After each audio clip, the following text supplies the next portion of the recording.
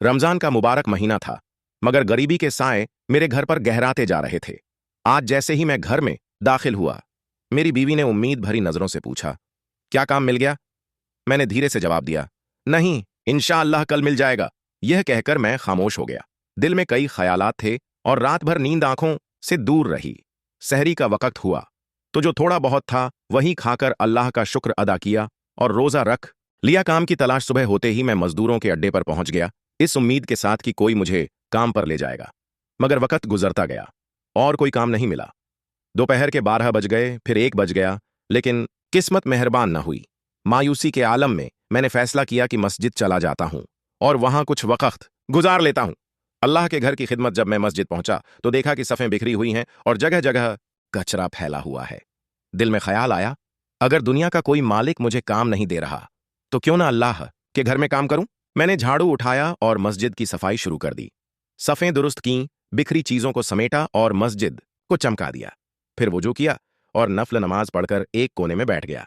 अल्लाह की तरफ से रिजकस्र की नमाज के बाद भी मैं मस्जिद में रहा।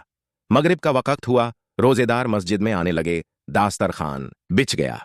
रोजा खोलने के लिए खाना तकसीम होने लगा और किसी ने मेरे हाथ में भी इफ्तारी रख दी। मैंने वह खाना अपने रुमाल में बांधा और घर की तरफ चल पड़ा।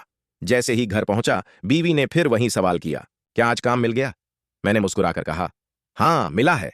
बीवी ने हैरानी से पूछा, कितने पैसे मिले? मैंने नजरें झुकाकर कहा, मैंने एक बहुत बड़े करीम मालिक के घर काम किया है, मगर उससे पैसे मांगने में शर्म आती है। यह सुनकर बीवी खामोश हो गई। अगले दिन मैंने फिर वहीं किया, मस्जिद गया, सफाई की, इबादत की और इफ्तारी का थोड़ा हिस्सा लेकर घर आ गया। अल्लाह के खजाने से रिज़्क। तीसरे दिन जब मैं घर आया तो एक हैरत अंगेज मंजर मेरा इंतजार कर रहा था। बीवी और बच्चे खुशी से झूम रहे थे। घर में जरूरत का हर सामान था, खाने पीने की चीजें, कपड़े और कुछ पैसे भी। मैंने हैरानी से पूछा, ये सब कहां से आया?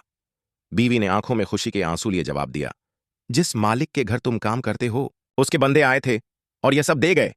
यह सुनकर मेरी आंखों में भी आंसू आ गए। मैं समझ गया कि जब इंसान अल्लाह के घर की खिदमत करता है तो अल्लाह उसे कभी खाली हाथ नहीं छोड़ता।